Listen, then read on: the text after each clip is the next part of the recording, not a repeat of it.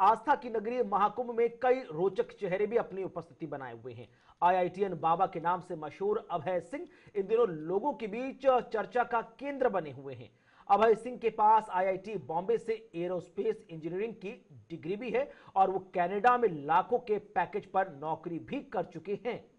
बिल्कुल, यहाँ पर आईआईटीएन बाबा खुद को कल्कि का अवतार भी मानते हैं, महादेव का परम भक्त बताते हैं खुद को और संसारिक मोहमाया को त्याग कर सत्य की खोज कर रहे हैं। हमारे संवाददाता मनीष पांडे ने आईआईटीएन बाबा से खास बातचीत की है, आइए सुनते हैं क्या कुछ कहा। अध्यात्म और आस्था की इस नगरी महाकुंभ में हमारे साथ आईआईटी वाले बाबा के नाम से मशहूर हैं अभय सिंह, झज्जर के रहने वाले हैं, राजस्थान के। बॉम्बे आईआईटी से बीटेक की पढ़ाई की और इस समय अध्यात्म की दुनिया में काफ़ी मशहूर हो गए हैं, यहाँ महाकुंभ में मौजूद हैं। आइए इनसे बात करते हैं और जानते हैं इनके जीवन के बारे में। महाराज जी, सबसे पहले आपको क्या कहें, महाराज जी कहें या बाबा कहें, क्या कहें? नहीं, अभय सिंह बोलोगे वो भी बहुत है मेरे लिए, तो जरूरी नहीं है सब चीज़ें ना जी।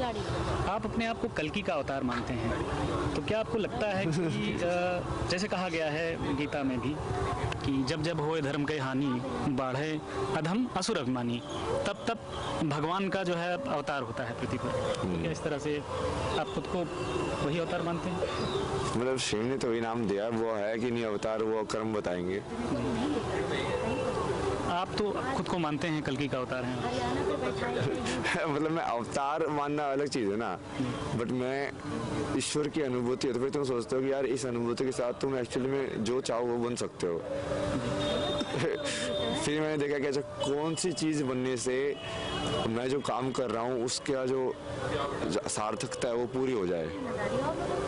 कि यदि मुझे ये जो काम करना है जो मैं कर रहा हूँ, ठीक है, ये पूरे समाज के ढांचे को समझ के या पूरा अध्यात्म को उसको लिंक करके पूरा ये सिविलाइजेशन की, ह्यूमन सिविलाइजेशन की स्ट्रक्चर को फिर से एक बढ़िया तरीके से कैसे बढ़ाया जा सकता है, इसको राम राज्य बोलते हैं। यदि वो मेरी कल्पना के अंदर है तो वो किसने लिखा है कि वो कौन करेगा? यदि कहीं ना कहीं मैं वो करने में सक्षम हो गया तो अपने आप ही वो हो जाएगा ना वो चीज़।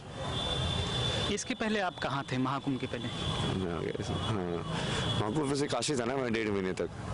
वहाँ से कैसे आपको लगा कि यहाँ आना चाहिए महाकुंभ? नहीं, वो तो कुंभ में तो आना ही था, तो पहले से तय था।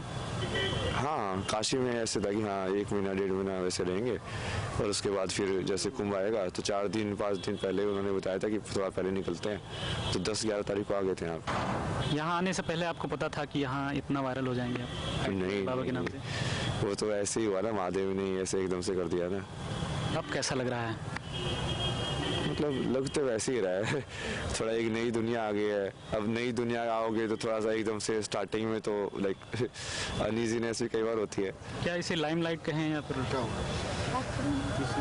लाइमलाइट मैं तो उसको साधना के हिसाब से देखता हूँ कि अब तुमको ज़्यादा लोग देख रहे हैं तो अब तुम्हारे सत्य का सही टेस्ट होगा, अब तुम्हारे आध्यात्मिकता का सही में टेस्ट होगा। जैसे किसी ने सवाल किया ना कि वो बाबा जी को बोल रहे कि हाँ वो शांति शांति करके अशांत हो गए, पर मैं कभी अशांत नहीं हुआ। जब वो अखाड़े वालों ने निकाला ना उसके बाद में भी आप बाहर निकल के देखना, जिन जिन लोगों से मैंने बात की मैं बहुत शांत तरीके से बात किया उससे भी, क्योंकि मैं उसको वैसे देखता ही नहीं। मैं सोचता कि हाँ ठीक है, महादेव ने ऑर्डर दिया है कि अब यहाँ से निकलना है तो ठीक है निकलना है। इस चीज़ को तो मैं समझ गया हूँ ना कि उस चीज़ को अशांति में लोगे तो तुम फंसोगे। जैसा कि मैं देख रहा हूं कि जितने भी सवाल आपसे किए जाएं हर सवाल का जवाब आपके पास होता है। ये जवाब कहां से आता है? ये इंट्यूशन बेस्ड ही है वैसे तो, ये महादेव के हिसाब से आता है। कई बार नहीं भी होता है, नहीं होता तो मैं बोल देता हूँ कि इसका जवाब तो नहीं पता है। मैक्सिमम सवालों के जवाब आपके पास होते हैं? हाँ, मतलब जो लॉजिकल भी होते हैं, समझने वाले जो है ना उनके तो जवाब हो जाते हैं, बट कई बार जैसे फैक्ट वाइज पूछ लेते लोग कि अच्छा ये यहाँ पे ऐसा है कि वहाँ पे ऐसा है, ये वाला मंदिर कहाँ पे है, तो तुमको नहीं पता होता कि हाँ ये कहाँ पे है। तो आप एनलाइटनमेंट की बात करते हैं, एनलाइटनमेंट क्या है, मनुष्य के जीवन में क्या है, उसका महत्व क्या है?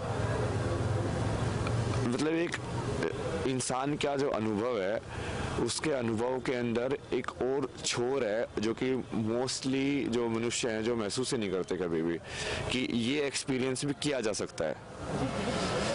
वो एक्सपीरियंस को बेसिकली पहली बार टच करने का जो तरीका है उसको एनलाइटनमेंट बोलते हैं, कि तुमने एक बार एटलीस्ट उसको टच करके देखा कि ये पॉसिबल है। उसके बाद यदि तुम एक्सपीरियंस को और ज़्यादा लाइक उसके अंदर जा रहे हो और उसको एनालाइज कर रहे हो, उसको देख रहे हो कि हाँ ये इसके अंदर और क्या क्या हो सकता है इस अवस्था के अंदर, तब वो फिर तुम बोलोगे कि हाँ पूरा उसने आध्यात्मिक रिसर्च के अंदर चले गए हैं वही। एनलाइटनमेंट मतलब वो पहली बार उसको टच करना।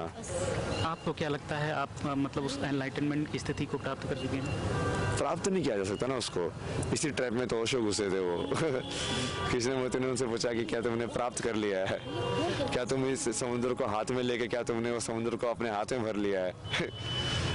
वही। बहुत बहुत धन्यवाद आपका। हमारे साथ थे IIT वाले बाबा अभय सिंह। उन्होंने एनलाइटनमेंट या तमाम सारी मुद्दों को लेकर बात किया।